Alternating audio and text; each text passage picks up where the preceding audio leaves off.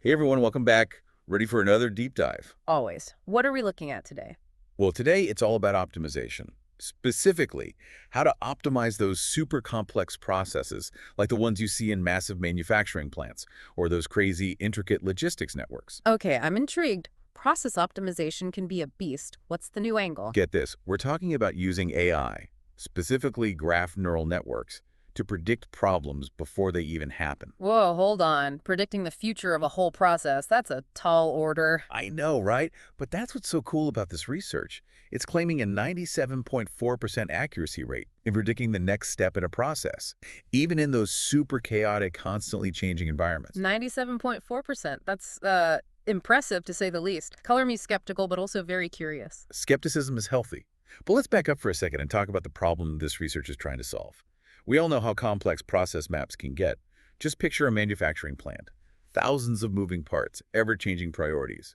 Oh yeah, and let's not forget the data. Often incomplete, sometimes just plain wrong. It's a mess. Beautiful, chaotic mess. And that's precisely where traditional optimization methods fall apart. They just can't keep up with all that complexity and constant change. Makes sense. So how are these graph neural networks supposed to crack the code?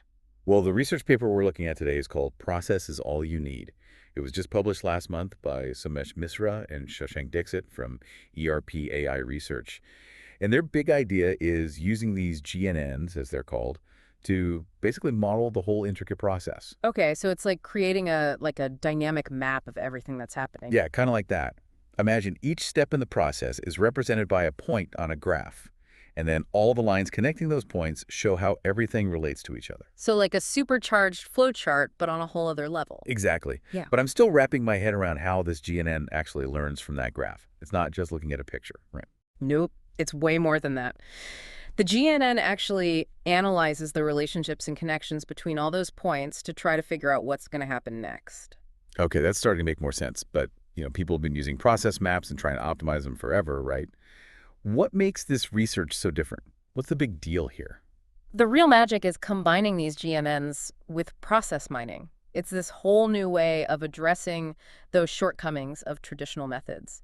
The ones that struggle with those crazy dependencies and ever-changing dynamics. So it's bringing the power of AI to an area that desperately needs it. That's it. And it's actually able to handle those messy, chaotic, real-world situations, not just a bunch of idealized theories. That's where that 97.4% accuracy blows my mind. Yeah. I mean, in the real world, there are unexpected delays, part shortages, all sorts of things that can throw a wrench in the works. How can they possibly predict what's going to happen with that much accuracy? Well, that's the beauty of GNNs. They're designed to handle that kind of complexity. It's not about ignoring those disruptions. It's about incorporating them into the analysis. So walk me through it. How do these GNNs actually work? We talked about turning the process into this graph, right? But it's got to be more than just a visual representation. You're right. Each point on that graph, each task, it gets assigned all sorts of characteristics based on real-world data. Okay, so like how long that task usually takes, what resources it needs? Exactly. Think of it like this. Imagine a point on the graph representing, let's say, a task on a manufacturing line. That point could have data attached to it about the duration, the specific machines needed, even the probability of that task being completed successfully based on historical data. Wow, so each point on the graph is basically a mini dossier filled with all sorts of juicy details. You got it. And that's what feeds into the whole GNN analysis. Okay, that's pretty impressive, but how does the GNN actually crunch all that information? Now we're getting to the good stuff. It's all about the GNN architecture. And the key here is something called message passing. It's how all those points on the graph, those tasks, communicate with each other. So they're like sending messages back and forth. Exactly. They use those connecting lines, those edges, to share information and build up an understanding of the overall process. So the whole graph is like buzzing with activity. You could say that. And there's even more to it. They're also using attention mechanisms to help the GNN focus on what's really important. Attention mechanisms. Sounds intense. Think about how you focus on the most important parts of a conversation. Like tuning out the background noise and zeroing in on what matters. Exactly. That's kind of what these attention mechanisms do for the GNN. They help it identify the connections and dependencies that are really driving the process. So it's like the GNN is learning to prioritize. Pretty cool. It is. But here's the thing. Real-world data is messy. It's often incomplete, inconsistent. So how do you make sure the GNN can handle all that? Yeah, that's a good question. Garbage in, garbage out, as they say. Right. So to deal with that, they're using something called norm-based features. Basically, it helps standardize all those variations in the data so they don't throw off the analysis. So it's like creating a common language for all the tasks to communicate with each other. Perfect analogy. It's all about making sure the model can stay accurate even when the data is, well, less than perfect. I'm starting to see how this all fits together, but we haven't even talked about how they train this GNN, right? You're right. We got to get to that. Remember, the GNN needs to learn, and that's where the training and optimization come in. So this is where they feed it tons of data. Tons. But it's not just about quantity, it's about quality too. They're using a mix of real-world data and synthetic data to really make the training robust. Clever. So what exactly are they optimizing for? What's the end goal here? Efficiency. They're trying to reduce delays, optimize resource allocation, make that entire process as smooth and as fast as possible. So basically creating the perfect workflow. But how do they actually analyze the structure of the process, like identify the bottlenecks and figure out what needs improvement? They're using something called spectral clustering to group similar tasks together. Think of it like sorting your to-do list into categories. So it's about seeing those patterns and connections that you might not notice otherwise. Exactly. That's where the real insights come from. And that's not all. They're also using reinforcement learning, RL, to take things even further. Hold on, RL, we're adding another layer to this already complex system. Yep. But it's worth it. RL is all about dynamic decision making, making adjustments on the fly. So it's like giving the GNN a brain to make those real-time decisions. Kind of. The GNN lays out the blueprint, and the RL figures out the best way to execute it, even when things change unexpectedly. This is getting more and more impressive by the minute. So what about those results? Did all this fancy AI actually lead to any real-world improvements? Let's dive into that. But before we do... Wait a minute, before we go any further, I got to know more about those norm-based features. Did they experiment with different types? And what about those spectral clustering results? Did they actually find any meaningful clusters in those real-world processes? You're firing off questions like a machine gun today. And they're all good ones. We definitely need to unpack those details. All right, let's tackle those norm-based features first. You asked about different types, right? Well, they tried a bunch, but the funny thing is, the simplest one they tested, min-max scaling, actually ended up working the best. So sometimes the most straightforward approach is the most effective. It seems so. The more complex methods were a bit too finicky, too sensitive to the little quirks in the data. Sometimes keeping it simple just works. Interesting. Okay, what about those spectral clustering results? Did they actually find any meaningful clusters in those real-world processes? Well, the real-world data they used was, it was actually pretty homogeneous, meaning most of the tasks were already kind of clumped together with just a few outliers. So not as much variety as they expected. Not quite. But here's the kicker. Even though the clusters weren't super distinct, adding that cluster information as an extra feature for the GNN actually boosted its performance. Wait, so even knowing that most tasks belong to the same general category helped the model make better predictions? Exactly. It's like having that extra bit of context, that big picture view, helped the model understand how individual tasks fit into the whole process. I see. So even seemingly simple insights can have a big impact. Okay, enough about clustering. Let's move on to the really juicy stuff, those reinforcement learning experiments.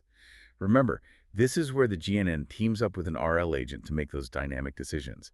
Did this dynamic duo manage to pull off any noticeable improvements? They did, but it definitely wasn't easy. They were trying to optimize both the choice of the next activity and the resource allocation, which is a seriously tough challenge. So it's a lot more than just predicting the next step. It's about making the smartest choices in real time. Exactly. And to do that, they had to create a whole custom reinforcement learning environment where the agent got rewarded for good throughput and penalized for costs and delays. That sounds incredibly intricate.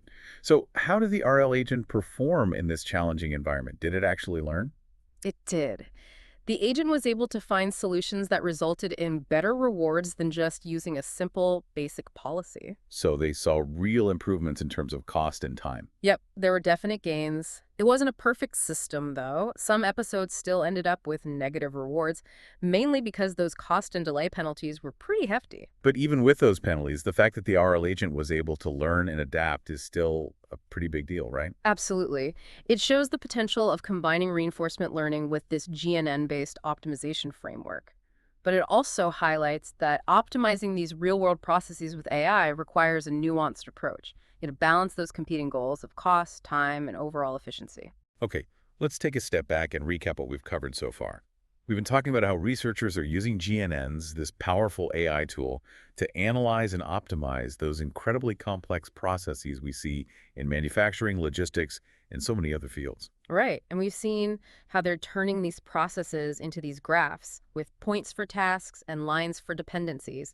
That super detailed flow chart we talked about earlier. And we dug into those clever techniques they're using, like message passing, attention mechanisms, and those norm-based features, all designed to make sure the GNN can handle that messy, imperfect real-world data.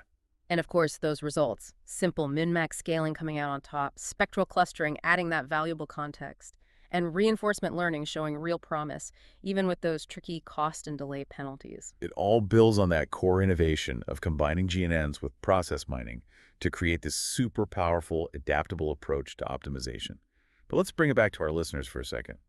Why should they care about all of this? What's the big takeaway here? That's the million-dollar question. This research is pointing to a future where AI can help us understand and improve those complex processes that drive so much of our world. It's like having this incredibly smart assistant that can untangle all those tasks and dependencies and figure out how to make everything run smoother, faster, more efficiently. Exactly. Think about the implications for industries like manufacturing. Oh, I'm already imagining it. Manufacturing plants that can adapt to supply chain disruptions in real time. Yeah. Logistics companies that can optimize delivery routes on the fly. Even healthcare systems streamlining patient care, all thanks to this AI-powered process optimization. Those are great examples, but it goes way beyond those industries. Think about applying these techniques to software development, financial modeling, urban planning. The possibilities are pretty much endless. It's mind-blowing. So where do we go from here? What's the next step in this AI-powered optimization journey? That's a great question, and one we'll explore in more detail after a quick. Hold on. Before we move on, I have another question. We've talked about all the amazing successes, but what about the challenges? Are there any hurdles that still need to be cleared before this technology becomes widely adopted? You're right. It's important to acknowledge the challenges. There are a few key hurdles that researchers are still grappling with. Well, for starters, there's the whole data quality issue. Remember, these GNN models are only as good as the data they're fed. Right. And we were just talking about how messy and incomplete real-world data can be, so that's a pretty big hurdle. It is, and even if you have decent data, there's the whole challenge of real-time adaptation. Processes change constantly, so the GNN needs to be able to keep up, incorporate new info, and adjust its analysis on the fly. So speed and flexibility are key. Got it. What else? Computational complexity. These GNN models, especially when you're talking about large, complex processes, can be real resource hogs. So it's not just about the algorithms, it's also about having the hardware to handle it all. Exactly. And then there's the question of generalization. Can a model trained on one specific type of process be easily adapted to work on something completely different? So we're not quite at a one-size-fits-all solution yet. Not yet. But that's where ongoing research is focusing. As we learn more about GNNs and how to apply them, I think a lot of these challenges will become less daunting. It sounds like a field with huge potential, but definitely still some growing pains. What kind of research are you most excited about right now? One area I'm really interested in is the whole GNN reinforcement learning combo. We saw a glimpse of it in the paper we discussed, but I think we're just scratching the surface of what's possible. Yeah, it seems like there's a lot more to explore there, especially when it comes to optimizing those processes in real time. Exactly. And I'm also curious to see how these techniques can be applied to even more complex systems. Those really dynamic, large-scale problems. Like global supply chains or the intricate networks that run our cities. Exactly. Imagine using GNNs to optimize traffic flow in a city, or manage energy distribution on a smart grid, even coordinating disaster relief efforts. The potential really is mind-boggling. It feels like we're just at the beginning of something huge. I think you're right, and I have a feeling that GNNs are going to be a big part of helping us make sense of all these complex systems. Well, this has been an incredible deep dive. We've learned about a cutting-edge approach to process optimization using GNNs, explored its potential to revolutionize industries, and even talked about the challenges and the future of the field. It's been a blast exploring this with you. And a huge thanks to all of you listening for joining us on this journey.